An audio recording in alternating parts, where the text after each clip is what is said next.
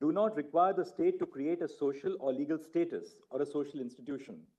The directions are with a view to recognizing the choice that a person makes for themselves when they choose another to be their partner for life. The directions seek to make that choice a meaningful one. Nowhere do they create an institution of any kind. Rather, they give effect to the fundamental rights in Part 3 of the Constitution. This is the mandate of this court under Article 32, which says that the Supreme Court shall have the power to issue directions or orders or writs for the enforcement of any of the rights conferred by this part.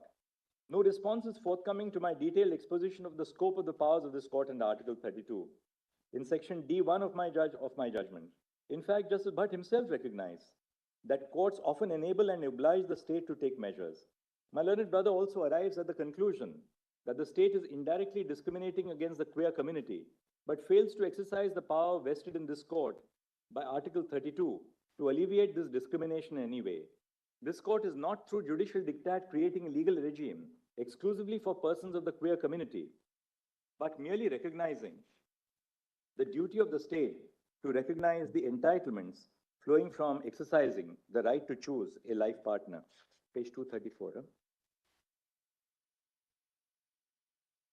The judgment of my learned brother contradicts itself when he holds that the SMA is not discriminatory by relying on its object on the one hand, and that the state has indirectly discriminated against the queer community because it is the effect and not the object which is relevant on the other. My learned brother discusses in detail the deprivation, exclusion, and discrimination faced by the queer community. In effect, he firstly recognizes that they have a right not to be discriminated against, and secondly holds that the actions of the state have the effect of discriminating against them. However, he does not take the step which logically flows from such a ruling, which is to pass directions to obviate such discrimination and ensure the realization of the rights of the queer community. I cannot bring myself to agree with this approach. The realization of a right is effectuated when there is a remedy available to enforce it. The principle of ubi jus, ibi remedium, that is, an infringement of a right has a remedy, which has been applied in the context of civil law for centuries, cannot be ignored in the constitutional context. Absent the grant of remedies, the formulation of doctrines is no more than judicial platitudes. In view of the deeming fiction created by Section 12 of the Hindu Adoptions and Maintenance Act 1956 and Section 63 of the JJ Act, an adopted child is a legitimate child of the adopting couple. The manner of determination of legitimacy prescribed by Section 112 of the Indian Evidence Act shall not apply in view of the deeming fiction created by Section 12 of the Hindu Adoptions and Maintenance Act and Section 63 of the JJ Act. Thus, all the benefits which are available under the law to a legitimate child who has been validly adopted of a married couple will equally be available to the legitimate child of an unmarried couple. For example, Section 20 of the Hindu Adoptions Act, which provides that a Hindu is to maintain their children, does not make any distinction between a legitimate child of a married and unmarried couple. Similarly, succession law in India does not differentiate between the child of a married and unmarried couple if the child has been adopted by following the due process of law. Further, the breakdown of the relationship of an unmarried couple will not lead to a change in applicable law, because the child will continue to be a legitimate child even after the breakdown of the relationship. It is therefore unclear what the disastrous consequences referred to are. My learned brother has also failed to address whether Regulation 5.3 is discriminatory for distinguishing between married and unmarried couples for the purpose of adoption and for the disproportionate impact that it has on the members of the queer community, while simultaneously holding that the state cannot on any account make regulations that are facially or indirectly discriminatory on the ground of sexual orientation. Now I'll pronounce my directions. The first part of my directions are directions to obviate discrimination. Counsel for the petitioners and some counsel for the respondents advanced extensive submissions on the various forms of violence and discrimination that society and the state machinery inflict upon the queer community, and especially queer couples. This has been discussed in detail in the prefatory part of the judgment. Counsel sought directions to obviate such violence and discrimination. Now my directions. A. The union government, state governments, and governments of union territories are directed to 1. Ensure that the queer community is not discriminated against because of their gender identity or sexual orientation. 2. Ensure that there is no discrimination in access to goods and services to the queer community which are available to the public. 3. Take steps to sensitize the public about queer identity, including that it is natural and not a mental disorder. 4.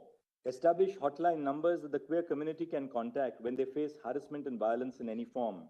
5. Establish and publicize the availability of safe houses or Garima Grahs in all districts to provide shelter to members of the queer community who are facing violence or discrimination. 6. Ensure that treatments offered by doctors or other persons which aim to change gender identity or sexual orientation are seized with immediate effect. 7. Ensure that intersex children are not forced to undergo operations with regard only to their sex, especially at an age when they are unable to fully comprehend and consent to such operations. 8.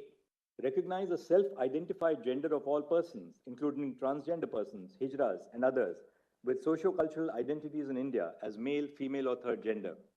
No person shall be forced to undergo hormonal therapy or sterilization or any other medical procedure either as a condition or prerequisite to grant legal recognition to their gender identity or otherwise. B. The appropriate government and the Mental Health Care Act must formulate modules covering the mental health of queer persons in their programs under Section 29(1). Programs to reduce suicides and attempted suicides envisaged by Section 29(2) must include provisions which tackle queer identity. C. The following directions are issued to the police machinery. 1. There shall be no harassment of queer couples by summoning them to the police station or visiting their places of residence solely to interrogate them about their gender identity or sexual orientation. 2. They shall not force queer persons to return to their natal families if they do not wish to return to them. 3. When a police complaint is filed by queer persons alleging that their family is restraining their freedom of movement, they shall, on verifying the genuineness of the complaint, ensure that their freedom is not curtailed. 4. When a police complaint is filed apprehending violence from the family for the reason that the complainant is queer or is in a queer relationship, they shall, on verifying the genuineness of the complaint, ensure due protection. And 5. Before registering an FIR against a queer couple or one of the parties in a queer relationship, where the FIR is sought to be registered in relation to their relationship, they shall conduct a preliminary inquiry in terms of Lalita Kumari versus Government of UP to ensure that the complaint discloses a cognizable offense. The police must first determine if the person is an adult. If the person is an adult and is in a consensual relationship with another person of the same or different gender, or has left their natal home of their own volition, the police shall close the complaint after recording a statement to this effect. Conclusions and orders of enforcement. In view of the discussion above, the following are the conclusions. This court A. This court is vested with the authority to hear this case. Under Article 32, this court has the power to issue directions, orders, or writs for the enforcement of the rights in Part 3. B. Queerness is a natural phenomenon known to India since ancient times. It is not urban or elite. C. There is no universal conception of the institution of marriage, nor is it static. Under Articles 245 and 246 of the Constitution, read with entry 5 of List 3 to the 7th Schedule, it lies within the domain of Parliament and the state legislatures to enact laws recognizing and regulating queer marriage. D. Marriage has attained significance as a legal institution largely because of regulation by the state. By recognizing a relationship in the form of marriage, the state grants material benefits exclusive to marriage. E. The state has an interest in regulating the intimate zone to democratize personal relationships. F. The issue of whether the Constitution recognized the right to marry did not arise before this court in Justice K.S. Puttaswamy, 9 judges, Shafin Jahan, and Shakti Vahini. G. The Constitution does not expressly recognize a fundamental right to marry. An institution cannot be elevated to the realm of a fundamental right based on the content accorded to it by law. However, several facets of the marital relationship are reflections of constitutional values, including the right to human dignity and the right to life and personal liberty. H. This court cannot either strike down the constitutional validity of the Special Marriage Act or read words into the Special Marriage Act because of its institutional limitations. This court cannot read words into the provisions of the SMA and provisions of other laws, allied laws, such as the Indian Succession Act and the Hindu Succession Act, because that would amount to judicial legislation. The court, in the exercise of the power of judicial review, must steer clear of matters, particularly those impinging on policy, which fall within the legislative domain. I. The freedom of all persons, including queer couples, to enter into a union is protected by Part 3 of the Constitution. The failure of the state to recognize the bouquet of entitlements which flow from a union would result in a disparate impact on queer couples who cannot marry under the current legal regime. J. In Article 15(1), the word sex must be read to include sexual orientation not only because of the causal relationship between homophobia and sexism, but also because the word sex is used as a marker of identity, which cannot be read independent of the social and historical context. K. The right to enter into a union cannot be restricted based on sexual orientation. Such a restriction will be violative of Article 15. Thus, this freedom is available to all persons, regardless of gender identity or sexual orientation. L. The decisions in Navtej and Justice K.S. Puttaswamy, 9 judges, recognize the right of queer couples to exercise the choice to enter into a union. This relationship is protected from external threat. Discrimination on the basis of sexual orientation will violate Article 15. M. Transgender persons in heterosexual relationships have the right to marry under existing law, including personal laws which regulate marriage. N. Intersex persons who identify as either male or female have the right to marry under existing law, including personal laws which regulate marriage. O. The state must enable the LGBTQ community to exercise its rights under the Constitution. Queer persons have the right to freedom from coercion from their natal families, agencies of the states, including the police and other persons. P. Unmarried couples, including queer couples, can jointly adopt a child. Regulation 5(3) of the adoption regulations is ultra vires the Juvenile Justice Act, Articles 14 and 15. Regulation 5(3) is read down to exclude the word marital. The reference to a couple in Regulation 5 includes both married and unmarried couples as well as queer couples. The principle in Regulation 5(2)(a) that the consent of spouses in a marriage must be obtained if they wish to adopt a child together is equally applicable to unmarried couples who seek to jointly adopt a child.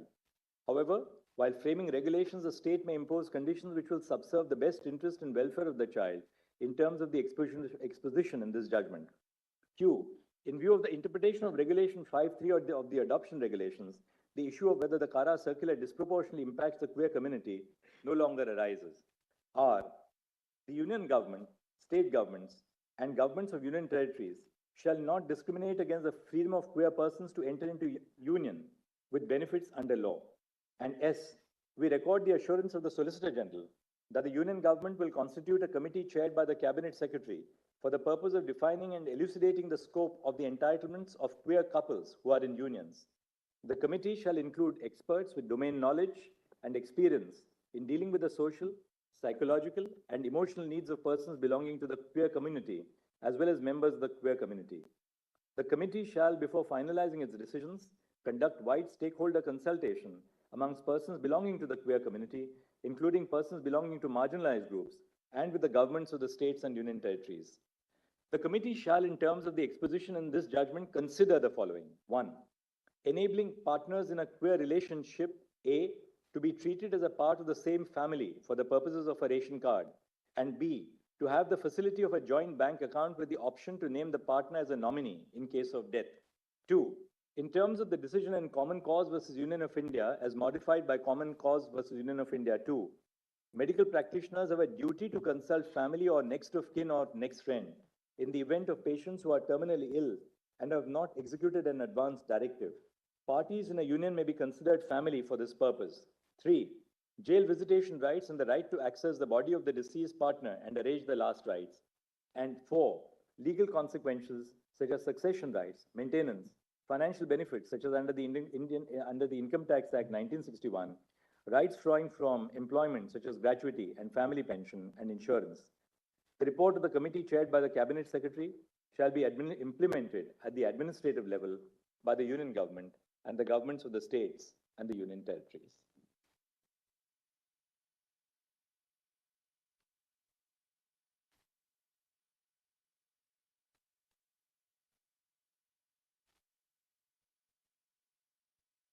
This is what. I've had the benefit of the exhaustive and erudite judgment of Chief Justice Chandrachud, which enumerates the prevalence of these relationships in history, the constitutional recognition of the rights to form union, in other words, what I categorize as civil unions, and the necessity of laying down guidelines to protect the non-heterosexual unions. In a way, this is a step forward from the decriminalization of private consensual sexual activities. However, the subject matter itself persuades me to pen down a few words while broadly agreeing with my brother's judgment. I've dealt with the historical prevalence of non-heterosexual unions. I've said that It is no longer res integra that the duty of a constitutional court is to uphold the rights enshrined in the Constitution and not to be swayed by a majoritarian tendency or popular perceptions. This court has always been guided by constitutional morality and not by social morality. Uh, Pluralistic social fabrics has been an integral part of the Indian culture. I have referred to some observations from the Rig Veda and the Somdas Katya Sarigra. And then I've said the significant aspect is that the same-sex union were recognized in antiquity not simply as unions that facilitate sexual activity, but as relationships that foster love, emotional support, and mutual care. I've referred to some traditions in the Sufi traditions. Then I've said the marriage as an institution developed historically and served various social functions. It was only later in its long history that it came to be legally recognized and codified. However, these laws regulated only one type of social historical union, that is the heterosexual union. It would thus be misconceived to claim that non-heterosexual unions are only a facet of modern social milieu. The objective of penning down this section is to provide perspective on the existence of non-heterosexual unions despite continued effort towards their erasure by heteronormity of majority. The non-heterosexual unions are entitled to protection under a constitutional scheme. I have referred to the necessity of recognizing what I've categorized as civil unions. The judgment of the Chief Justice notes the right to form union is a feature of Article 19 and 21. Therefore, the principle of equality enumerated under Article 14 and 50 demand this right to be available to all regardless of sexual orientation and gender. Having recognized this right, this court has taken on board the statement of the Learned Solicitor General to constitute a committee to set out the scope of the benefits available to such union. I agree with the Honorable Chief Justice. I have referred to the Special Marriage Act and discussed the statement and object and reason therefore.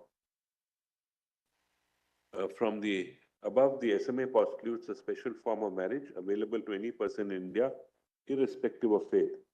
Therefore, SMA provides a secular framework for solemnization and registration of marriage. It is here that I respectfully disagree with my brother Justice Bhatt that the sole intention of SMA was to enable marriage of heterosexual couples exclusively. To my mind, the stated objective of SMA was not to regulate marriages on the basis of sexual orientation. This cannot be so, as it would amount to conflating the differentia with the objective of the statutes. Although substantive provisions of SMA confer benefits only on heterosexual relationships, this does not automatically reflect the objective of the statutes. I've said if the intent of the SMA was to facilitate interfaith marriages, then there would be no rational nexus with the classification it makes of excluding not heterosexual relationships. I've referred to the regulation of only heterosexual marriages would not be legitimate state objective, more so in cases where ex officio protected categories under Article 15(1) of the Constitution. However, I recognize, therefore, I've said that if this was so, the SMA would be violative of Article 14. However, I recognize that there are multifarious interpretative difficulties in reading the SMA to include marriage between non-heterosexual relationships. These have been enumerated in a significant detail in the opinions of both the Honorable Chief Justice and Justice Bhatt. I also agree that the entitlements devolving from marriage are spread across the proverbial spider web of legislations and regulations. As rightly pointed out by the Learned Solicitor General, tinkering with the scope of marriage under SMA Act can have a cascading effect across these disparate laws. In fact, the presence of this webs of statutes show that discrimination under SMA is but one example of a larger, more deeper form of social discrimination against non-heterosexual people that is pervasive and structural in nature. Ordinarily, such an intensive form of discrimination should require keener and more intensive judicial scrutiny, but then that's the statute. Then I say non-heterosexual unions and heterosexual unions marriages ought to be considered as two sides of the same coin, both in terms of recognition and consequential benefits. The only deficiency at present is the absence of a suitable regulatory framework for such unions. I refer to Navtej's view. I believe this movement presents an opportunity of reckoning with this historical injustice and cast the collective duty upon all constitutional institutions to take affirmative steps to remedy the discrimination. The next step in due course would be to create an edifice of governance that would give meaningful realization to the rights to enter into the union, whether termed as marriage or as unions. Then I've referred to the interpreting statutes using constitutional principles. As noted above, the benefits pertaining to marriage are spread across several incidental legislation and regulations. These statutes presently do not explicitly extend to civil unions. However, now that we have recognized the right to enter into civil union, such statutes must be read in a manner to give effect to this right, together with the principles of equality and non-discrimination under Article 14 and 15. In other words, statutory interpretations must be in consonance with constitutional principles that are enumerated by this court. Needless to say, this should not detract from the committee's task of ironing out the nitty-gritties of the entitlement of civil union. This exercise is necessary to foster a greater coherence within the legal system as a whole, both intercede the statutes and between statutes and the constitution. I have referred to some views from how the German courts and the South African courts have dealt with these issues. Then I've referred to the interpretation on issue of public policy. I've said this technique of reading constitutional values should be used harmoniously with other canons of statutory interpretation. I've gone on to the need for anti-discrimination law. I wholeheartedly in agreement with the opinion of Honorable Chief Justice that there is need for separate anti-discrimination law, which inter alia prohibits discrimination on the basis of sexual presentation. Presently, there are several laws that have anti-discrimination aspects. However, they are fragmented and may fail to capture the multitudinous forms of discrimination. Another compelling reason for a law that places the horizontal duty of anti-discrimination is provided by the spirit of Article 15, which prohibits discrimination both by the state and private actors. My suggestions for anti-discrimination law are as follows. First, such law should recognize discrimination in an intersectional manner. This is to say, in assessing any instance of discrimination, the court cannot confine itself to a singular form of discrimination. Instead, discrimination must be looked at as a confluence of factors, as identities in individual instances of oppression that intersect and create a distinct form of disadvantage. Discrimination laws can only be effective if they address the types of inequalities that have developed in a given society. Refer to the equal rights to equal love. The principle of equality mandates the non-heterosexual union are not excluded from the mainstream of socio-political framework. However, the next step would be to examine the framework itself. I believe the recognition of non-heterosexual union can challenge culturally ordained gender roles, even in heterosexual relationships. I've given some examples of this. Need not read it here. You can see it. In a non-heterosexual union, duties, obligations are primarily dictated by cultural ordained gender norms. Legal recognition aids social acceptance, which in turn increases the queer participation in public space.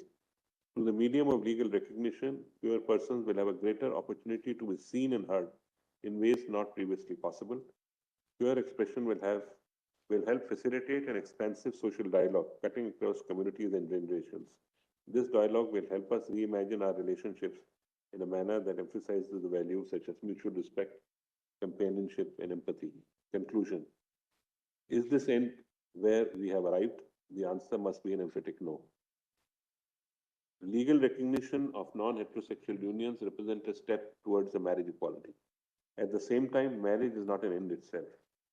Our Constitution contemplates a holistic understanding of equality, which applies to all spheres of life. The practice of equality necessitates acceptance and protection of individual choices. The capacity of non-heterosexual couples for love, commitment, and responsibility is no less worthy of regard than the heterosexual couples. Let us preserve this autonomy so long as it does not infringe on the rights of the others. After all, it is my life in the song by Bon Jovi.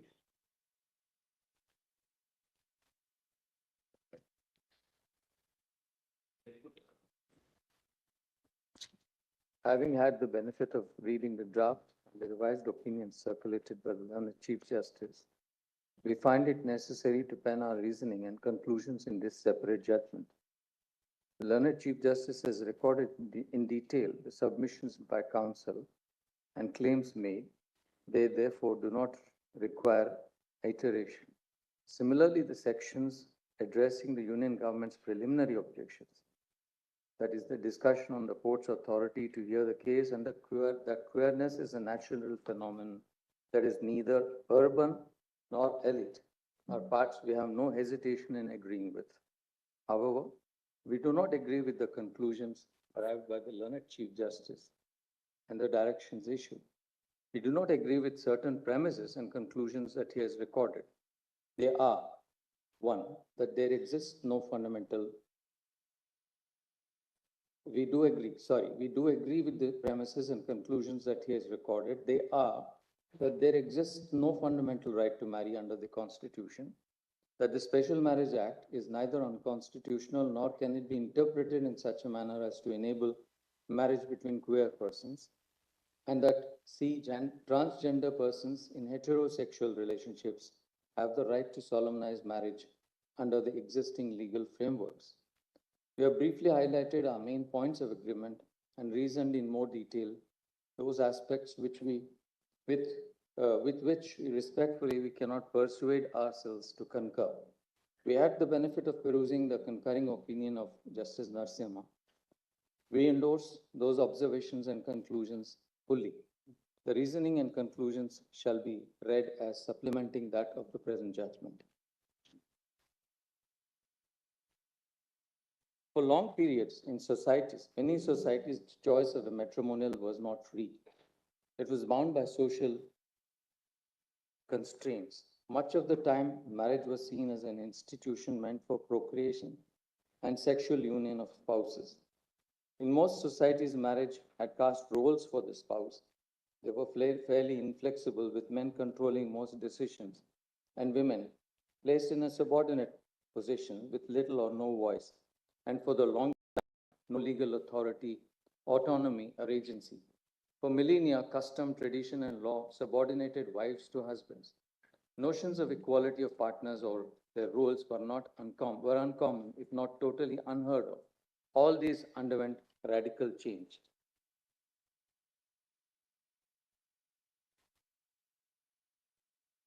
Legislative activity is aimed at bringing about gender parity through prohibiting prevailing practices that further inequality and sometimes even criminalize certain customs, resulting in legislations such as Equal Remuneration Act, the Dowry Prohibition Act, introduction of provisions in the criminal law which gave teeth to such provisions, such as Section 498, Section 113, A and B of the Evidence Act, etc. Other practices aimed at realization of social goals and furthering the mandate of Article 15(3) in respect of children, such as the right to free universal education under Article 21A, the Right to Free Education Act 2009, the Child Labor Prohibition and Regulation Act 1986, the POCSO, what we call as POCSO, the Juvenile Justice Act, etc. In all these, the Parliament or concerned legislatures donned the role of reformers and furthered the express provisions of the Constitution, enjoining state action in furtherance of Articles 15(2), 15(3), 17, 23, and 24.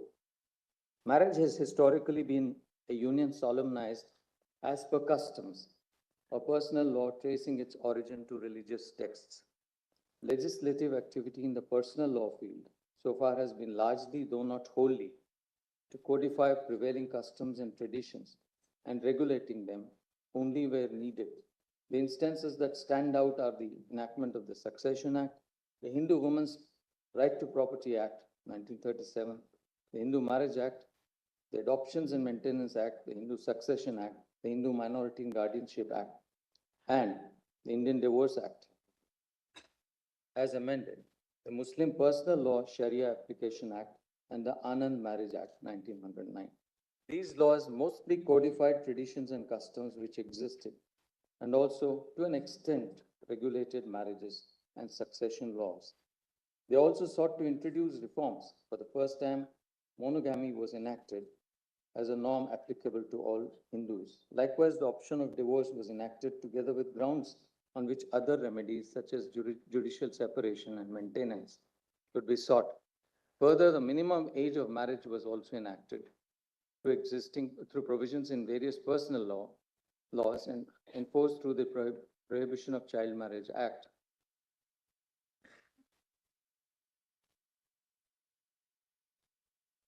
Thus seen that two kinds of legislations have regulated marriage. The first, like SMA, HMA, the Hindu Disabilities Removal Act and the Hindu Widows Remarriage Act removed barriers and enabled exercise of meaningful choice, especially to women. The second kind of laws are those which enacted restrictive guidelines, essentially to further an orderly society or to protect women, define minimum age for marriage, child marriage restraint, marriage of individuals within prohibited degrees of relationships, etc.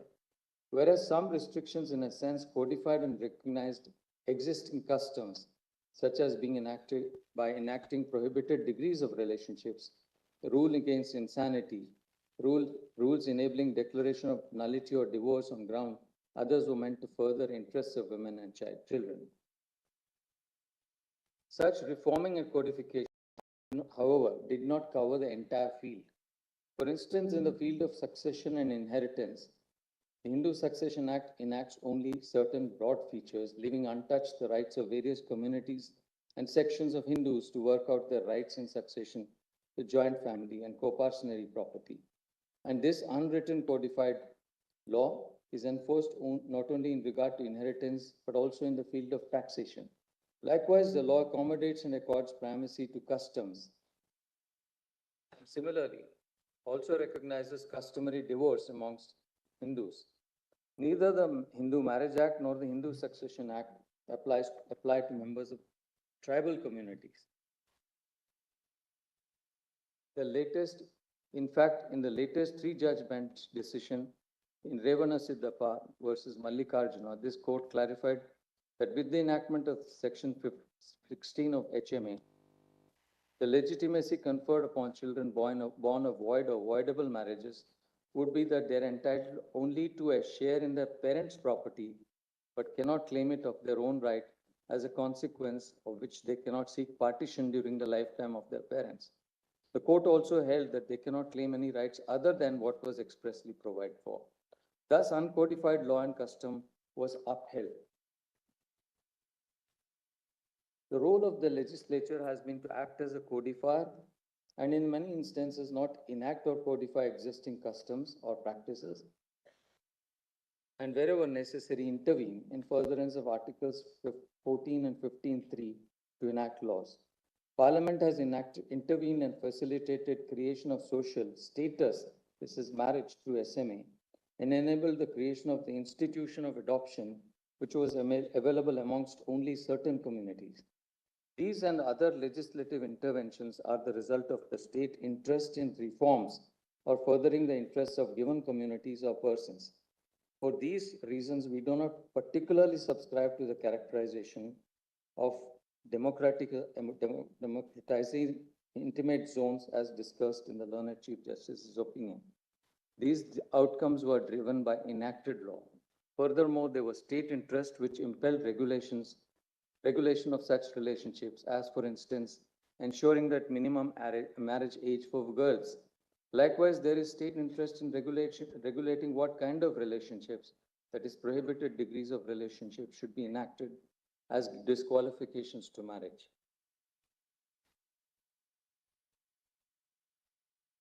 Then there is a discussion or summation of the jurisprudence on Article 21 and the various facets which this court has recognized, such as privacy, choice, autonomy, and dignity. Then we move on. The court's intervention in oft-cited decisions on behalf of the petitioners has been to protect citizens or those approaching them against threats of violence. The instances are Shakti Vahini, Lata Singh, Shafin Jahan, Lakshmi Bai Chandragi, etc. These decisions were based on the state's duty to protect citizens and enable the exercise of their individual choice in the face of threats. Other decisions, that is Joseph Shine, Navtej, and Independent Thought, were instances where specific provisions that criminalized or made exceptions to criminal behavior was struck down or read down in the enforcement of fundamental rights. That is Articles 14, 15, and 21. Along the way, Puttaswamy articulated the broadest right to privacy, which embraces within its fold the right to exercise one's choice of a life partner and to lead the life free from external barriers. This court has recognized that marriage is a social institution.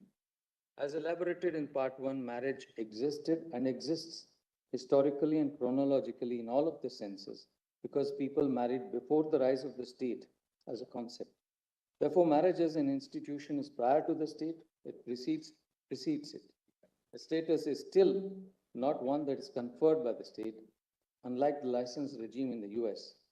This implies that the marriage structure exists regardless of the state, which can later utilize or accommodate but cannot abolish it. Under this view, terms of a marriage are set to a large extent independently of the state. Its source is external. That source defines the boundaries of marriage.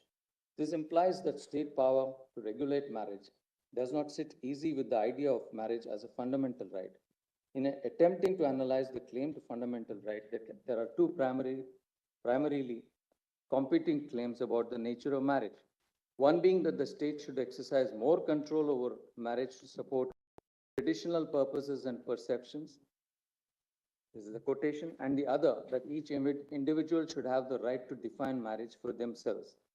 If indeed there is a right to marry, unless it is elevated to a right akin to Articles 17, 23, and 24, which apply to both state and non-state agencies, and are cast in positive, in fact, emphatic terms, it cannot be operationalized.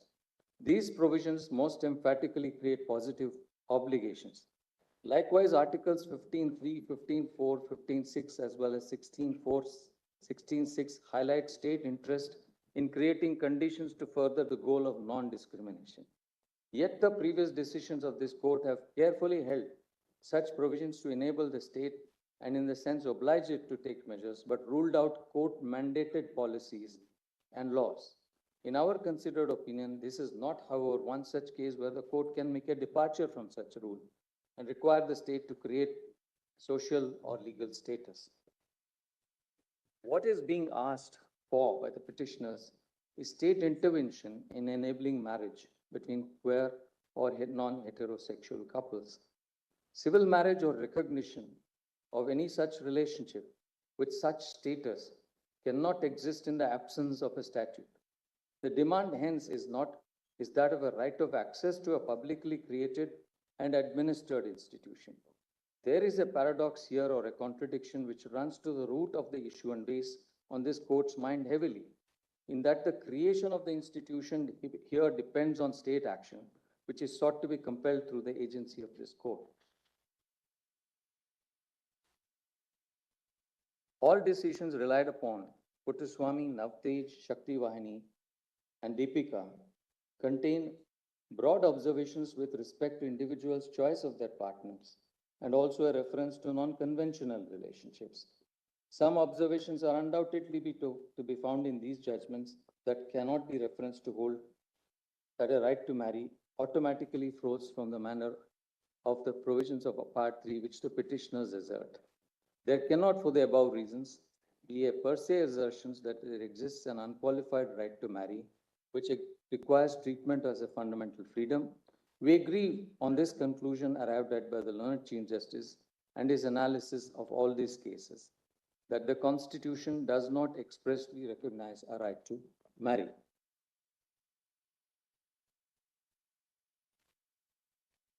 While we agree that there is a right which we characterize as a right to a relationship, which is recognized in Navtej, that the queer couples and other relationships of that kind can have a union.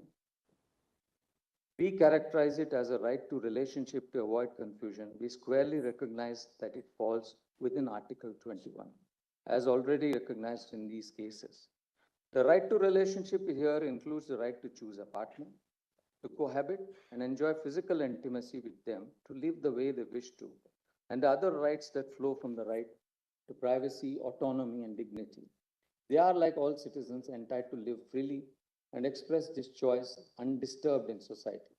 Whenever the right to enjoyment of such relationship is under threat of violence or coercion, the state is bound to extend necessary protection. That is the natural consequence of this court's judgments in Navtej, Puttaswamy, etc.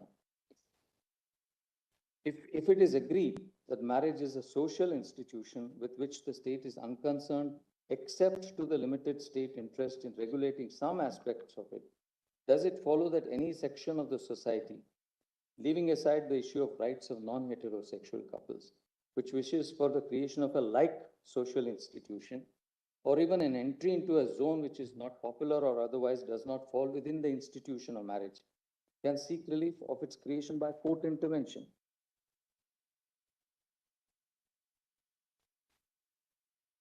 In the draft circulated by the learned Chief Justice, the reasoning that there is no fundamental right to marry and thereafter, nevertheless, to proceed to delineate the facets of features which unions other than marriage are deprived of, where it's a closer look.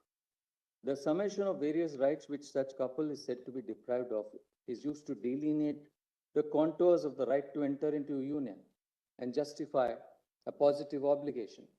There cannot be any doubt that individuals have the choice of their life partners and the right to live the lives they wish to, undisturbed. This is the essence of what this jurisprudence of this court has been. That is, explanation of the right to life and other rights enumerated or discovered by the interpretive process, privacy, choice, dignity, etc. Repeatedly, the decisions of the court have emphasized on the non-discriminatory and positive content of certain fundamental rights. In fact, the court has underlined the obligations of the state to create conditions conducive to the exercise of the right to equality and to realize fraternity. Refer to the decisions in Thomas and Indra Sani, which expanded the understanding of substantive equality, though without making enabling provisions enforceable by the court. This court also in some decisions accepted the argument that given the nature of fundamental rights and their evolving content, in many circumstances, it might be necessary for the state to intervene and protect the fundamental right concerned, thus creating an atmosphere conducive for the enjoyment of such right. Lata Singh dealt with honor killings of couples. In Arumugam Sirvai, the issue was virulent caste slurs and violence, which were crimes. The court required administrative and police officials to take strong measures to prevent them. In Shakti Wahini, Shakti Wahini dealt with threats by Khap Panchayats, and the court held that the state is duty bound to protect fundamental rights, and an inherent aspect of Article 21 of the Constitution would be the freedom of choice. The court issued directions. The judgment of the learned Chief Justice propounded a theory of a unified thread of rights, entitlements flowing from it, and how lack of recognition results in deprivation of the specified rights under Articles 19 and 25, in addition to Article 21. To the extent that assertion of sexual or gender identity in exercise of free speech, association, to express manifestations in whatever form are concerned, one cannot join issue. Equally, if by some state process, measures or conduct has been barred from expressing one's choice publicly, the reasonableness of that prohibition or order can be tested on grounds enumerated in Articles 19(2) and other grounds. However, when the law is silent and leaves the parties to express choice, Article 19(1)(a) does not oblige the state to enact a law or frame a regulation that enables facilitation of that expression. All judgments of this court were based on effects of laws or policies based on statutory provisions. Equally, in the absence of a legal framework enabling citizens to form a particular kind of association, as for instance, recognition of a limited liability partnership, which was not recognized and given legal status till recently, the court could not have validly created the regime by enabling recognition or regulating such associations. Similarly, the absence of any enacted law which enables facilitation of transport, it is hard to visualize that a citizen can approach the court and seek the construction of a road to enforce the right to travel, or seek the court's intervention to create a network of roads. Likewise, the absence of basic housing. Again, the court, if approached for enforcement of 19(1)(e), would not call upon the state to create one by either framing a general legislative policy or through law. Furthermore, this court has also recognized that there can be even reasonable restrictions in the acquisition and enjoyment of certain types of properties in many states. Given the nature of rights under Articles 19 and 21, the enjoyment of which are limited to the extent reasonable laws within the bounds of specified provisions, the enact in the legitimate jurisdiction of this court, it would be difficult to translate positive obligations as articulated by the learned Chief Justice's opinion. There is no difficulty about the right of two consenting persons to decide to live together, to cohabit, and create their unique idea of home, unconstrained by what others say. This is the sequitur to Puttaswamy and Navtej. Conduct hitherto criminalized is now permissible. The liberative effect of section 377 being read down is that two individuals, regardless of their sexual orientation, are enabled to live together with dignity and also protected from any kind of violence for living and existing together. Therefore, the right to be left alone, the right to exercise choice, right to dignity and live one's life with the person of one's choice is an intrinsic and essential feature of Article 21.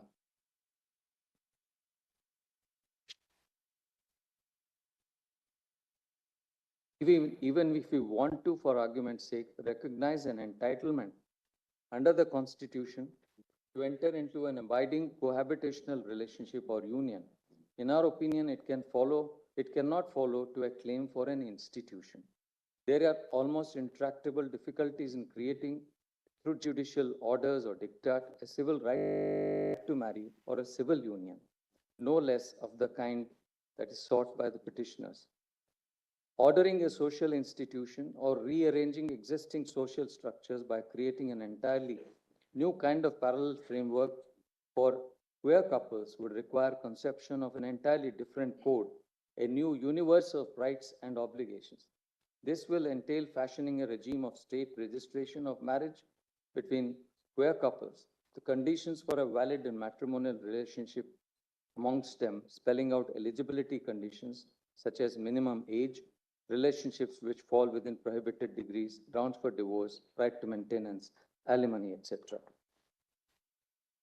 The learned chief, as a result, with due respect, we are unable to agree with the conclusions of the learned Chief Justice with respect to tracing the right to enter into or form unions from the right of freedom of speech and expression, the right to form associations, along with right any other corresponding positive obligation.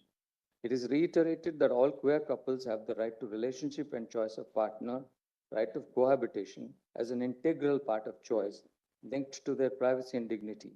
Any further discussion on the rights which consenting partners may exercise is unnecessary. No one has contested that two queer couples have the rights enumerated under Articles 19(1)(a), C, and D, or even the right to conscience under Article 25. The elaboration of these rights to say that the exercise of choice to such relationships renders these meaningful, and that the state is obligated to recognize a bouquet of entitlements which flow from such abiding relationship of this kind is not called for. We therefore respectfully disagree with that part of the learned Chief Justice's reasoning, which forms the basis for some of the final conclusions and directions recorded in his judgment.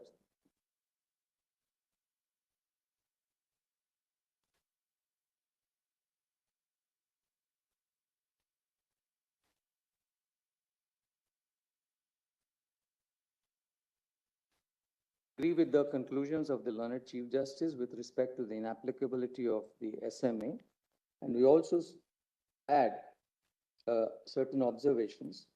A gender-neutral interpretation of SMA and its provisions, much like many seemingly progressive aspirations, may not really be equitable at times and can result in women being exposed to unintended vulnerability, especially when genuine attempts are made to achieve a balance in a social order that traditionally was tipped in favor of cis heterosexual men.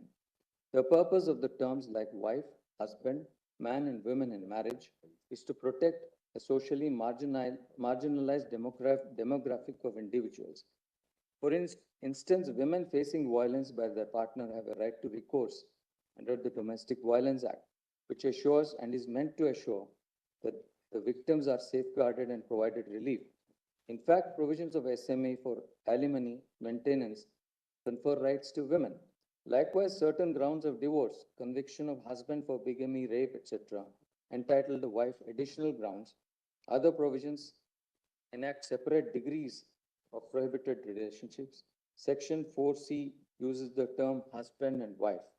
There are other provisions which deal with, which specifically used gendered terms. The general pattern of these provisions, including the specific provisions enabling or entitling women certain benefits and the effect of sections 19 to 21A, is that even if for argument's sake, it were accepted that section 4 could be read in gender neutral terms, the interplay of other provisions which could apply to such queer couples in such cases would lead to anomalous results, rendering the SMA unworkable.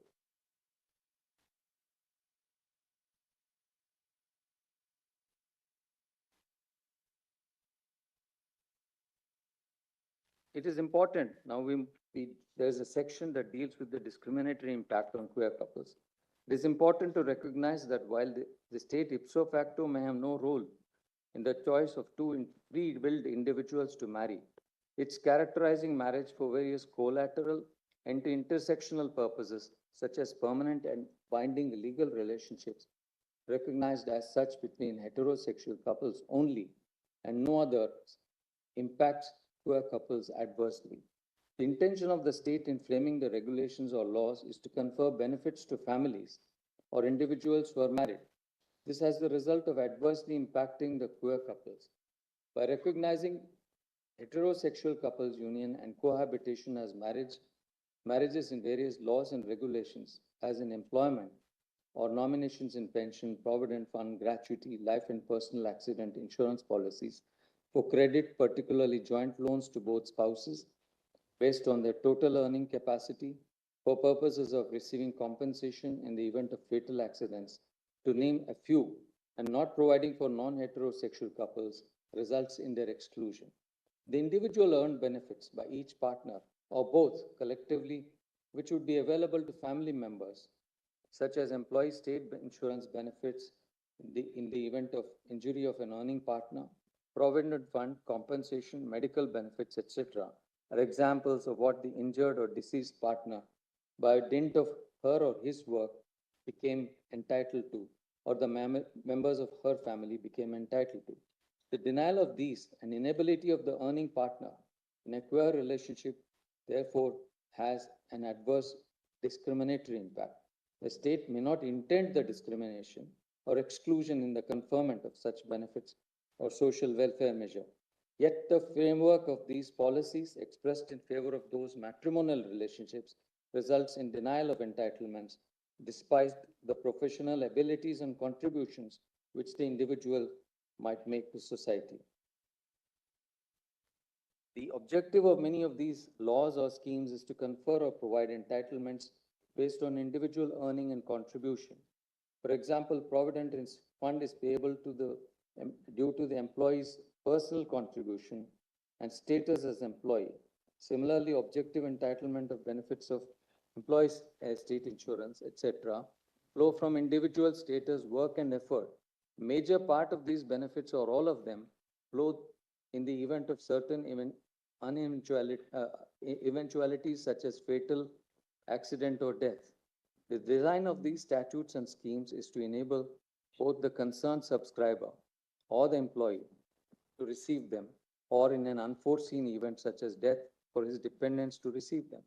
The restrictive way in which dependent or nominee excludes their enjoyment to the intended beneficiary. Addressing all these aspects and concerns means considering a range of policy choices and involving multiplicity of legislative architecture governing the regulations guided by diverse interests and concerns, many of them possibly coalescing. On 3rd of May 2023, during the course of the hearing, the learned Solicitor General, upon instructions, had expressed the Union's position that a high-powered committee headed by the Union Cabinet Secretary would be formed to undertake a comprehensive examination to consider such impacts and make suitable recommendations in that regard.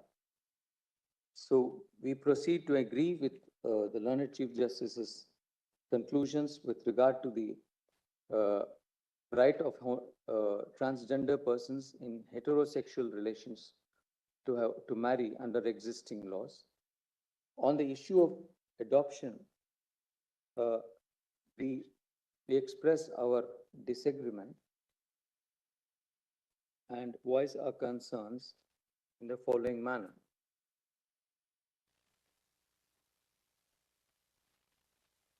We have voiced our concerns and laid it out in some detail, which I do not wish to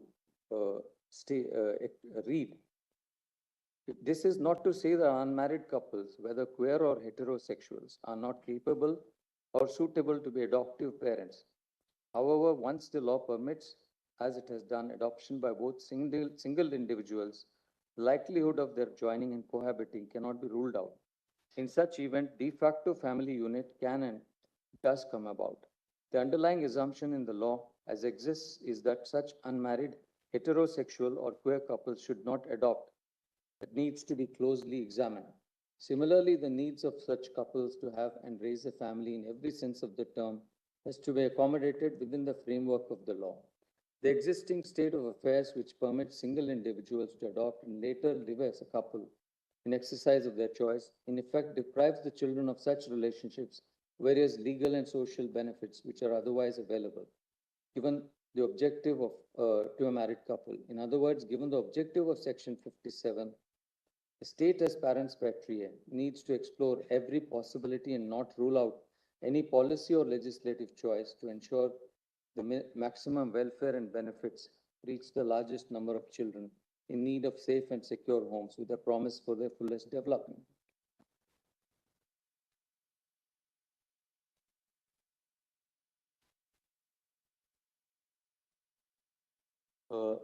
Response to the learned Chief Justice's comments on our draft, which I propose to read, part of which I propose to read.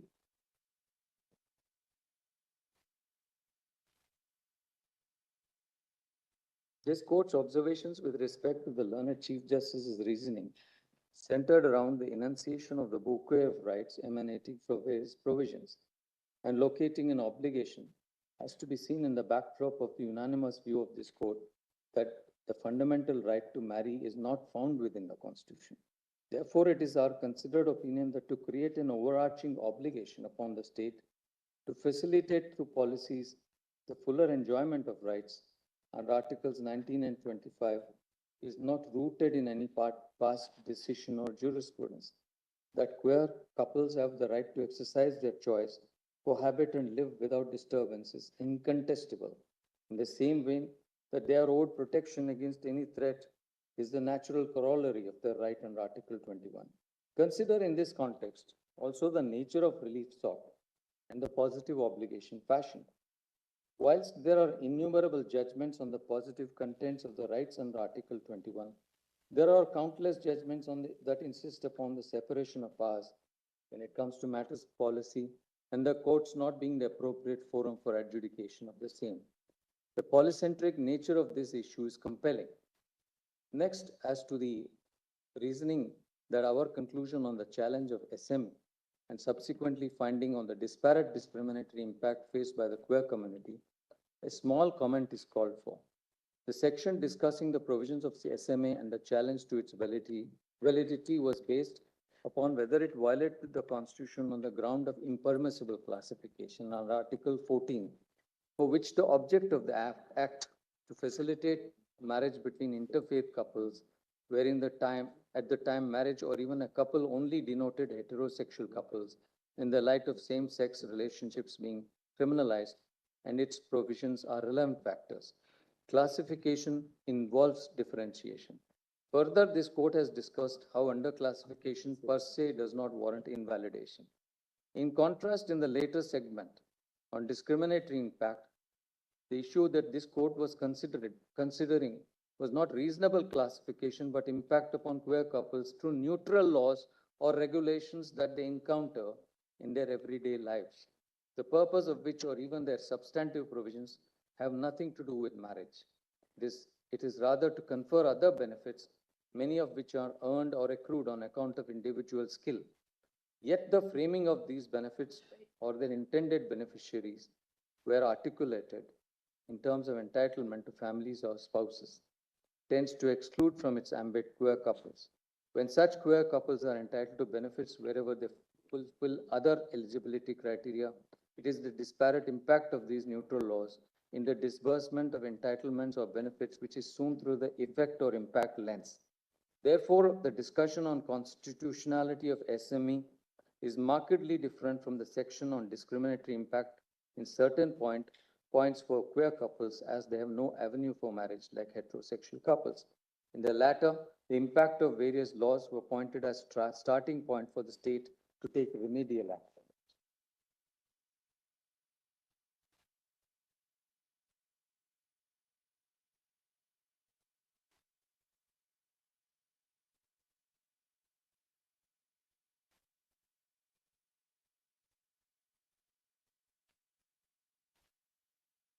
Be sorely mistaken if we presume what the queer community in all its diversity seeks and lays it out as a formaic framework.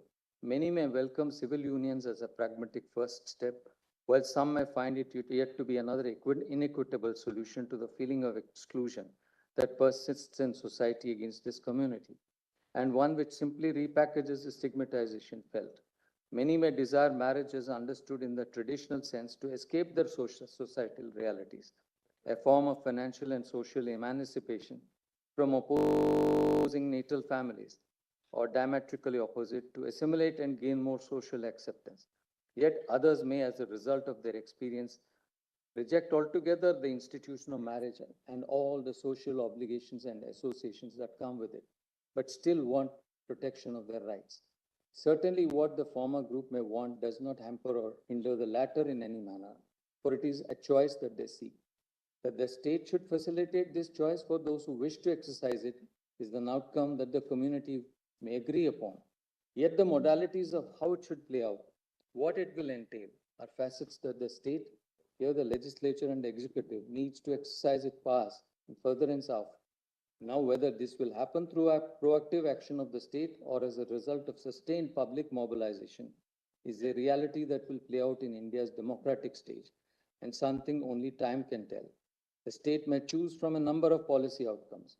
They may make all marriage and family related laws gender neutral, or may create a separate SMA-like statute in gender neutral terms to give the queer community an avenue for marriage.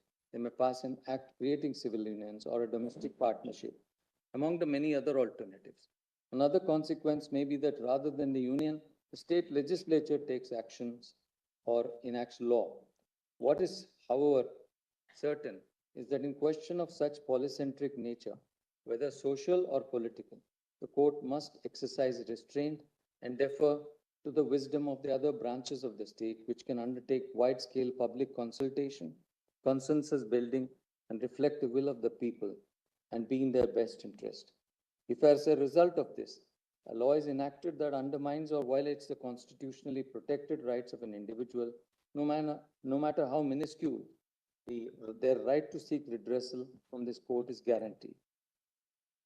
That the petitioners seek what many of us may deem to be normal or accepted next step in the life upon attaining a certain age, and perhaps take for granted, is not lost on us. Their desire for social acceptability in the manner that has been historically known, through the social recognition that marriage affords, and the lack of which causes them the feeling of exclusion and hurt, is one that as individuals, especially donning the robes of justice, we can certainly have deep empathy with. However, we are deeply conscious that no matter how much we empathize with the outcome sought, the means to arriving at such a destination must be also legally sound and keep intact the grand architecture of our constitutional scheme. If we throw caution to the wind, we stand at the risk of paving the way, wherein each brick may feel justified to untold consequences that we could not have contemplated. While molding relief as a code, we must be cognizant that despite being empowered to see the capabilities of the law in its grand and majestic formulation, we must not be led aground because we are blinded by its glow. Now I pass on to read the conclusions and the final directions that we have summarized. The court hereby summarizes its conclusions and directions as follows. There is no unqualified right to marriage except that recognized by statute, including the space left by custom. 2. An entitlement to legal recognition of the right to union, akin to marriage or civil union, or conferring legal status upon the parties to the relationship can be only through enacted law. A sequitur of this is that the court cannot enjoin or direct the creation of such regulatory framework, resulting in legal status. The finding in 1 and 2 should not be read as to preclude queer persons from celebrating their commitment to each other or relationship in whichever way they wish within the social realm. 4. Previous judgments of this court have established that queer couples have a right to union or relationship, be it mental, emotional, or sexual, flowing from the right to privacy, right to choice, and autonomy. This does not, however, extend the right to claim a legal entitlement to any legal status for the said union or relationship. The challenge to SMA on the ground of underclassification is not made out. Equality and non-discrimination are basic foundational rights. The indirect discriminatory impacts on relations in relation to earned or compensatory benefits or social welfare entitlements to which marital status is a relevant eligibility criteria for queer couples who exercise choice to form relationships have to be suitably addressed and removed by the state. These measures need to be taken with expedition because inaction will result in injustice and unfairness with regard to enjoyment of these benefits available to all citizens who are entitled and covered by such laws. As held earlier, this court cannot, within the judicial framework, engage in this complex task. The state has to study the impact of these policies and entitlements. Consistent with the statement before this court during the course of the proceeding, the union shall set up a high-powered committee chaired by the Cabinet Secretary to undertake a comprehensive examination of all relevant factors, especially including those outlined above. In the conduct of such exercise, the concerned representatives of all stakeholders and the views of all states and union territories shall be taken into account. The discussion on discriminatory impacts is in the context of effects of the existing regimes on the queer couples. When a heterosexual couple's right to live together is not contested, the logic of the discriminatory impact faced by queer couples cohabiting together would definitionally, however, not apply to them. Transgender persons in heterosexual relationships have the freedom to and entitlement to marry. Regulation 5.3 of CARA regulations cannot be held void.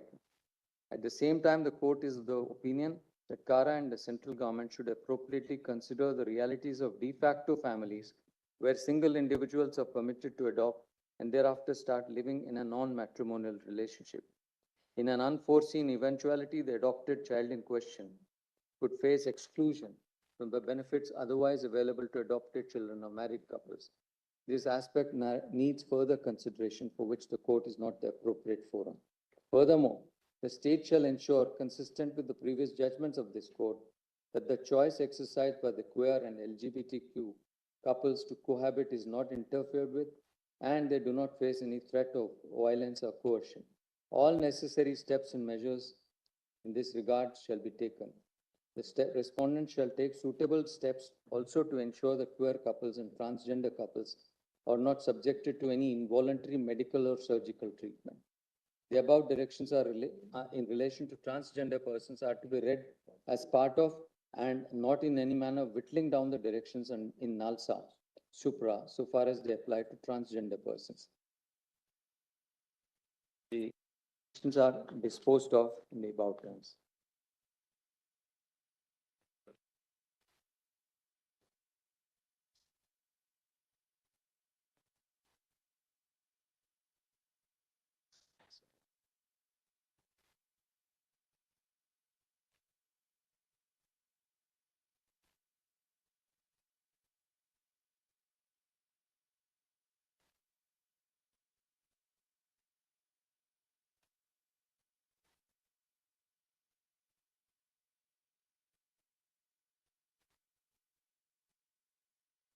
View of Brother Ravi Bhatt as stated in the judgment.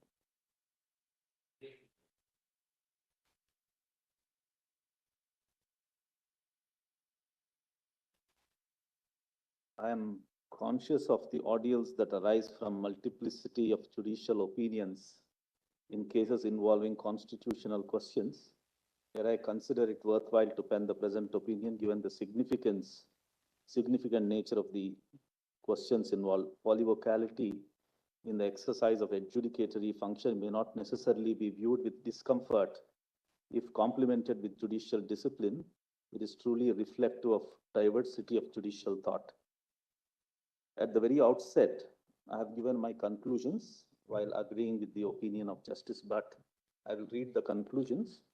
The question of marriage equality of same-sex LGBTQ couples did not arise for consideration in any of the previous decisions of this court, including the decision in Navtej Nalsa.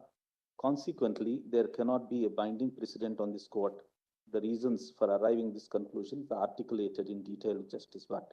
The rights of LGBTQ persons that have been hitherto recognized by this court are the rights to gender identity, sexual orientation, the right to choose a partner, cohabit and enjoy physical and mental intimacy. In the exercise of these rights, they have full freedom from physical threat and from coercive action, and the state is bound to afford them full protection of law in cases these rights are in peril. Third, there is no unqualified right to marriage guaranteed by the Constitution that qualifies it as fundamental right. I have given my detailed opinion. In one paragraph, I would read that. In my considered opinion, the institutional space of marriage is conditioned and occupied synchronously by legislative interventions, customary practices, and religious beliefs. The extant legislative accommodation of customary and religious practices is not gratuitous and to some extent conditioned by the right to religion and right to culture, constitutionally sanctified in Article 25 and 29 of the Constitution. This synchronously occupied institutional space of marriage is a product of our social and constitutional realities, and therefore, in my opinion, compared to judicial perspectives, offer little assistance. Given this nature of marriage as an institution, the right to choose a spouse and the right to a consenting couple to be recognized within the institution of marriage cannot but be said to be restrictive. Coming back to the conclusion, right to marriage is a statutory right, and to the extent it is demonstrable, a right flowing from a legally enforceable customary practice. In the exercise of such rights, statutory or customary, the state is bound to extend the protection of law to individuals so that they can exercise their choices without fear and coercion. This, in my opinion, is the real import in the decision in Safin Jahan and Shakti Vahani.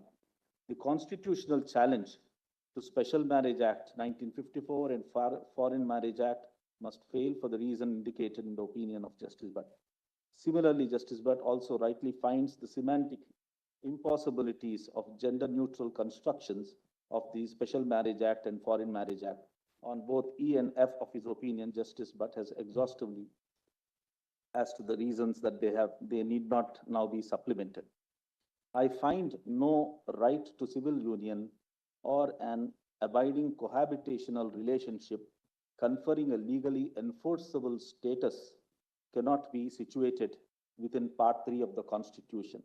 On this count, I too agree with Justice Bhatt, but I have supplemented it in my opinion, having considered that there exists no unqualified right to marry, in the ordinary course, no occasion would have arisen for any further deliberation. However, as the learned Chief Justice in his opinion has arrived at a conclusion that there exists a constitutional right to a union or an abiding cohabitational relationship, it is necessary for me to express my opinion on this newfound construction. The learned Chief Justice locates components of the right to union or an abiding cohabitational relationship under Articles 19(1)(a), C, E, 21 and 25 of the Constitution. In my opinion, it would not be constitutionally permissible to identify a right to a union or an abiding cohabitational relationship mirroring the institution of marriage. The learned Chief Justice identifies tangibles and intangible benefits, that is, bouquet of entitlements that arise from state recognition and regulation of marriages. The Chief Justice further opines that the right to marriage is not fundamental. However, it is in these tangible and intangible benefits, the denial of which, according to the learned Chief Justice, must inform the reading of a constitutional right to an abiding cohabitational union. In other words, the benefits of marriage, however fundamental to a fulfilling life, do not make marriage itself a fundamental right, but they render the right to an abiding cohabitational union fundamental. I find it difficult to reconcile these two principles. I finally conclude, I will read the last two. I also agree with the reasoning and the conclusions of Justice Butt with respect to constitutionality of regulations 5(3) of CARA regulations. I have concluded with what I strongly feel. I am not oblivious to the concerns of LGBTQ partners with respect to denial of access to certain benefits and privileges that are otherwise available only to married couple. The general statutory scheme for the following benefits, gratuitous or earned, property or compensation, leave or compassionate appointment, proceed on a certain definitional understanding of partner, dependent, caregiver, and family. In that definitional understanding, it is no doubt true that certain classes of individuals, same-sex partners, live in relationship, and non-intimate caregivers, including siblings, are left out. The impact of some of these definitions is iniquitous and sometimes discriminatory. The policy considerations and legislative frameworks underlining these definitional contexts are too diverse and to be captured and evaluated within a singular judicial proceedings. I am of the firm belief that a review of the impact of the legislative framework on the flow of such benefits requires a deliberative and consultative exercise, which exercise the legislature and executive are constitutionally suited and tasked to undertake.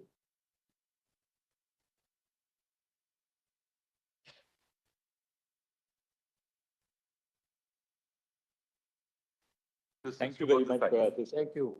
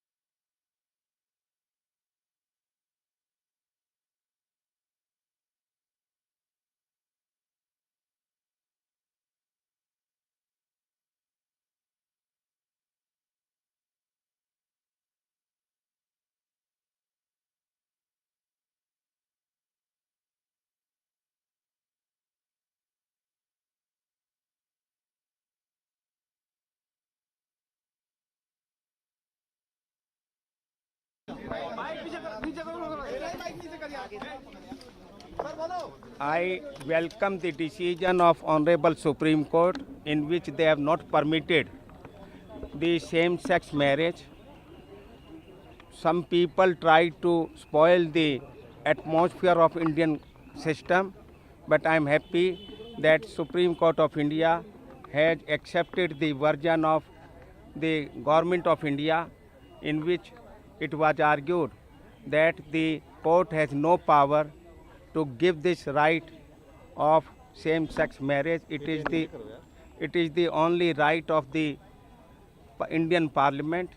Today it has been accepted by Honorable Supreme Court, and we are happy that Supreme Court has held that this power can't be given to same sex for having the marriage because India is a ancient country.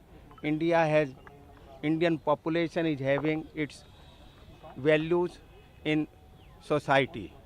So by not providing this right, we hail the judgment of Supreme Court on this aspect. आज के इस फैसले का outcome क्या मानते हैं sir आप? कानून बनने में क्या फायदा हुआ, क्या जोर का झटका लगा या धीरे से लगा, क्या हुआ? इससे फायदा ये हुआ जो कुछ एलिमेंट इस तरीके का माहौल खराब करना चाहते थे, आज उन पर फुल स्टॉप लग गया है। इस तरीके की जो कई बार जो हमारी कुछ फॉरेन पावर्स जो इंडिया को डेवलप होने से रोकना चाहते थे, हमारी जो सोसाइटी, हमारा जो सिस्टम को ब्रेक डाउन करना चाहते थे, आज उनको बहुत धक्का लगा है और हमारी ट्रेडिशंस कंटिन्यू रहेंगे। लेकिन ये तो अधिकारों का मामला है, ये कह रहे थे अधिकार, और कोर्ट ये कह रहा है कि भाई इनका अधिकार तो है लेकिन वो अधिकार देने का काम संसद करेगी, हम नहीं। हाँ, यही इसीलिए जो ये कहते थे कि हम कोर्ट से करा लेंगे, आज उनको पता चल गया है कि हिंदुस्तान की भी कोर्ट जो हमारा जो सिस्टम को चेंज करने के लिए नहीं है, हमारी सुप्रीम कोर्ट भी जो हैं वो ये मानती हैं कि कानून बनाने का, कानून को अमेंड करने का अधिकार भारत की संसद को है आज, और भारत सरकार का भी यही था। तो आज जीत आम जनता की हुई है, क्योंकि पार्लियामेंट जो है आम जनता की है, वहाँ इलेक्टेड आदमी ही जाते हैं और वो कोई भी डिसीजन ले सकते हैं जो वो चाहते हैं। Sir, there were basically statements made on the adoption, if we couples can actually go ahead and adopt. What is the clarity on that? Has the adoption rights been given, or has that also not been given? It is yet to be properly studied, and there will be, that is only by mere this statement by the court will not be sufficient. There will be changes will be required in our acts. Without the amendment, that also can't be accepted, that can't be implemented. हाँ, court का judgement जिसमें same sex marriage को recognise नहीं किया गया है, हम उसका स्वागत करते हैं। और आज का जजमेंट ये प्रूव करता है कि भारत की सुप्रीम कोर्ट भी ये चाहती है कि हिंदुस्तान में जो हमारा सिस्टम पुराना चलाया हुआ है उसमें कोई भी वल्गरनेस नहीं आए, उसमें कोई चेंजेज नहीं आए, और कानून को बदलने का अधिकार केवल भारत की पार्लियामेंट को है। पार्लियामेंट जो आम जनता की है, वहाँ इलेक्टेड आदमी ही जाते हैं और वही आवाज़ जो है वो जो है इम्प्लीमेंट होगी जो आम जनता मेजॉरिटी से चाहती है। अगर किसी को अमेंडमेंट कराना है तो वो पार्लियामेंट में अपने एमपीज़ के थ्रू बिल रखाए और उसको पास कराए। सुप्रीम कोर्ट ऐसी चीज़ों को कोई रिकग्नाइज नहीं करेगी, कोई इस चीज़ को इजाज़त नहीं देगी जिससे समाज बढ़ता हो, वल्गरनेस आता हो। जो हमारा पुराना जो हमारी सभ्यता है उसको उन्होंने मेंटेन रखा है। सर, जो कमेटी बनाने के लिए कहा है सरकार को, वो कमेटी कब तक बनने की उम्मीद है, सरकार बना देगी? ये अभी मैं इस बारे में कुछ नहीं बोल सकता हूँ। ये सरकार कमेटी बनाने को 10 दिन में बना सकती है, 6 महीने में बना सकती है, कोई टाइम फ्रेम नहीं कहा गया है। सरकार को अपनी प्रायोरिटीज़ के हिसाब से काम करना होता है।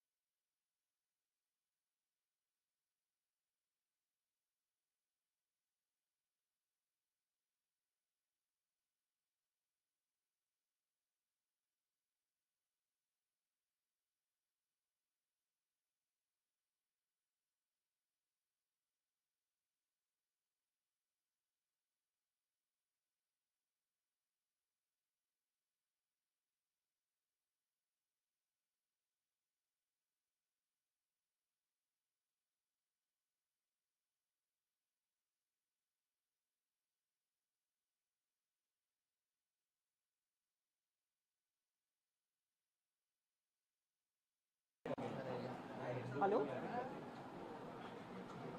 Yeah? Yes? Uh-huh. Yeah, Aditya, can I call you back after some time? I'm in the middle of something. Yeah?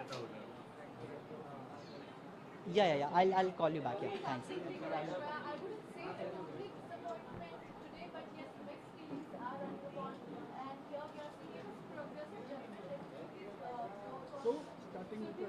English, Hindi? English, okay. So, hi, my name is Ankit Bhuptani. Hi, my name is Ankit Bhuptani. I'm a founder of Queer Hindu Alliance and an LGBT rights activist. So the overall judgment is quite progressive and positive because court talked about so many small rights which we were demanding. For an example, court talked about anti-discrimination at home by parents. Court also talked about banning the conversion therapy of LGBT people. That is something which we have been demanding for a very long time. It also talked about Garima Graha, that means shelter home for LGBT people who are thrown out of home. So many small positive things were there. It also talked about recognition of marriage for transgender people because they fall under the gender binary conversation. However, what we as a community feel little disappointed today is that it did not recognize the right of marriage or even civil partnership for gays and lesbians and have asked Center to form a committee who will look into it. So it's a mixed judgment, so many small positive, but that which was core of the judgment, which was little disappointing because gays and lesbians did not get the right of their civil partnership. Has Supreme Court has given some judgment in a positive way? So are you looking for the celebrations for it? Yes, we are with our transgender folks who have got all the rights they demanded. So we are celebrating their victory today. However, it is not a full victory because not a full celebration because yet we have not got we as a gays and lesbians have not got the right of marriage or even civil partnership.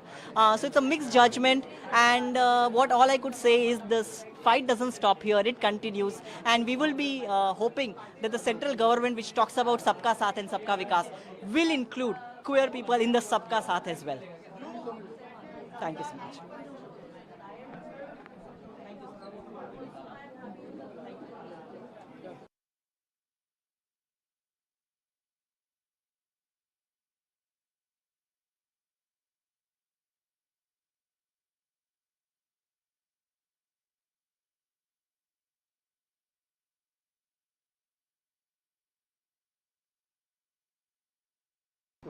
ಶೋಷಣೆಯನ್ನ, ತಾರತಮ್ಯವನ್ನ, ಹಿಂಸೆಗಳನ್ನ ನಾವು ತಮ್ಮ ಫ್ಯಾಮಿಲಿಗಳಿಂದ ಸೇರಿಸಿ ಜೊತೆಗೆ ಬೆಳೆದಂಥವರು, ನಮ್ಮ ಜೊತೆದಂಥ ಸಂಗಾತಿಗಳಿರ್ಬಹುದು, ಆ local society ಇರ್ಬೋದು, ಆ ವ್ಯವಸ್ಥೆ ಇರ್ಬೋದು, ಸಮಾಜ ಇರ್ಬೋದು, ಎಲ್ಲರೂ ಕೂಡ ಪಾತ್ರ ಆಗಿದ್ದಂತಹ ಈ ನಿಟ್ಟಿನಲ್ಲಿ ಸಮುದಾಯದ ಸಂಪೂರ್ಣವಾದ ಶ್ರೇಯೋಭಿವೃದ್ಧಿಗಾಗಿ ಕೆಲಸ ಮಾಡಿದಂತಹ ಇವತ್ತು ನಮಗೆ ಯಾರ ಮೇಲೆ ತುಂಬ ನಂಬಿಕೆ ಇದೆ ಅನ್ನೋದಾದರೆ ಅದು ನಮ್ಮ ಭಾರತದ ನ್ಯಾಯಾಂಗದ ಮೇಲೆ ತುಂಬ ನಮಗೆ ನಂಬಿಕೆ ಇರುವಂಥದ್ದು.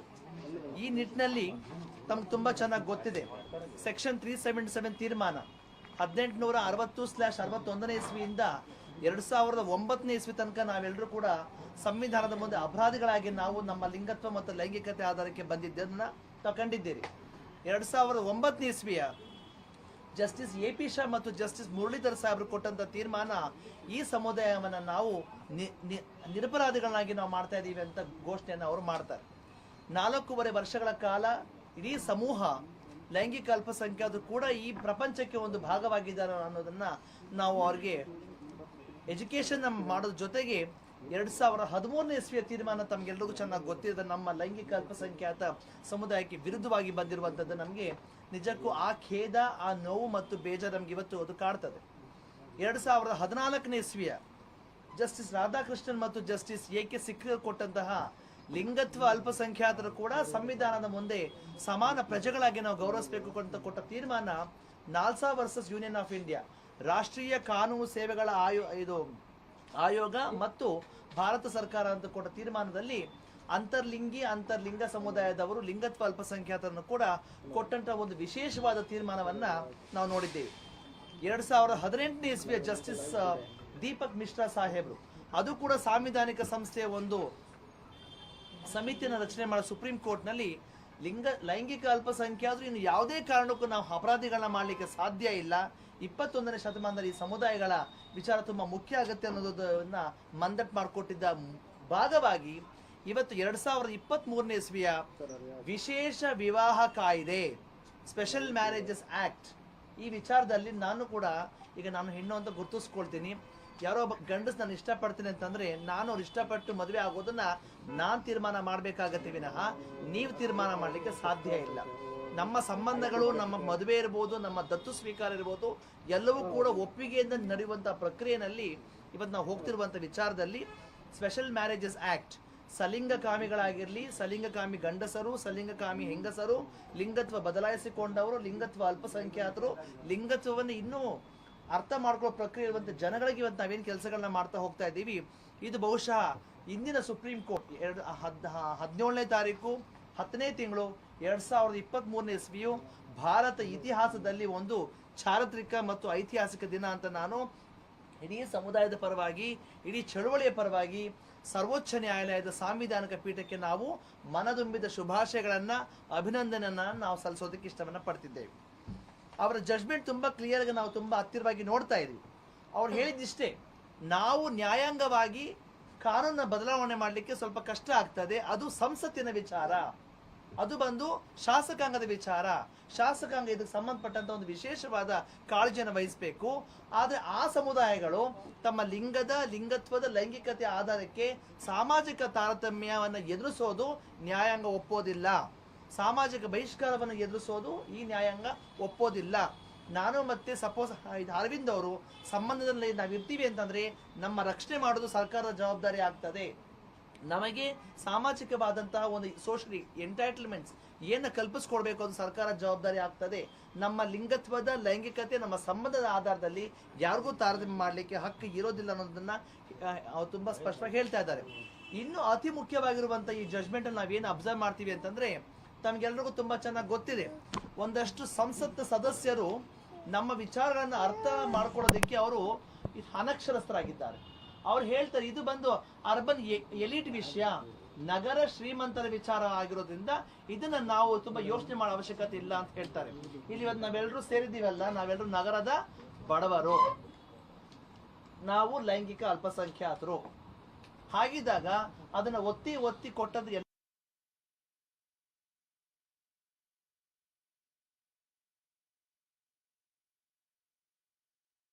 have the right to cohabit, have the right to freely love each other, have stopped short of recognizing a fundamental right of marriage. While two of the honorable judges, the Honorable Chief Justice and Justice Kaul, have recognized that a civil union can be recognized within the Constitution, three of the honorable judges have said that this is a policy decision to be left within the domain of the legislature and have not recognized a civil union. However, all five judges have agreed that the fundamental right of marriage is not a fundamental right which can be recognized within the Constitution, and that these are matters of policy which have to be left to the Parliament. However, all five judges have emphasized that during the hearings, the learned Solicitor General had suggested that a committee be set up, chaired by the Cabinet Secretary, which will look into the concerns of homosexual couples and operationalize certain rights that should be available to homosexual couples, and they have all emphasized that this committee should sit and look into these concerns and then take appropriate steps. Since you are appearing for the petitioner side, I want to know your reaction on this judgment. I mean, we are, of course, I think the petitioner side would all be disappointed. However, I think that the judiciary has taken a cautious approach. They have refrained from stepping into what they have considered the legislative domain, and have sort of given overall directions of guidance to the state, and the legislature, and hopefully the principles elucidated, which have been elucidated in almost all of the judgments. Hopefully these will provide good guidance to the legislature as and when it does decide to take a step in the right direction as far as we are concerned. Thank you.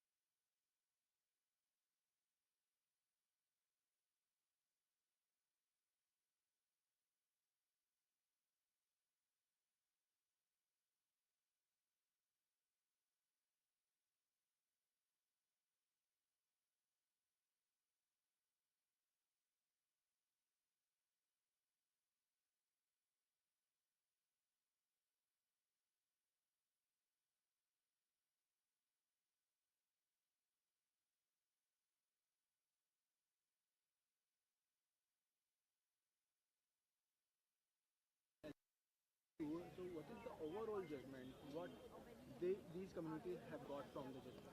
So overall, I would say that the Honorable Court has really stopped short of granting full rights to the community, LGBT community. In fact, the majority if we see, there were 3 judges on the majority, Justice Bhatt, Justice Hima Kohli and Justice Narasimha. And whereas Justice Chandrachud and Honorable Justice Kaul had expressed a different opinion. Now, in fact, the majority view which has been taken by Justice Bhatt Narasimha, Justice Narasimha and Justice Kohli has been, that marriage is not a fundamental right. And they have expressed that opinion not just in light of LGBTQI couples, but also in light of, the heterosexual couples. They say that the marriage as a concept, it derives its roots from the social institutions which have been prevalent in the country, and law only seeks to regulate it. Whereas Honorable Mr. Justice Chandrachud and Justice Kishan Kaul have viewed marriage in a different way. They say that not just marriage, the right to form a union is, a fundamental right. However, they also left it for the legislature to legislate. They said that we don't want to do the exercise of, judicial legislation. Nonetheless, we can review if a particular legislation suffers from any infirmity or not. They also refuse to read into the provisions of Special Marriage Act or to hold Section 4 of the Special Marriage Act as unconstitutional. So that, I think all 5 judges have taken that view, and unfortunately the expectation that the LGBTQI committee had from the court has not been met right now. We don't know what is going to happen in the future. The struggle for the LGBTQI community has been full of obstacles right from the, the first judgment that was pronounced. So we can only wait and watch, and we'll wait for the complete judgment and see how it would affect, cases of, LGBTQI couples which are pending before courts as well.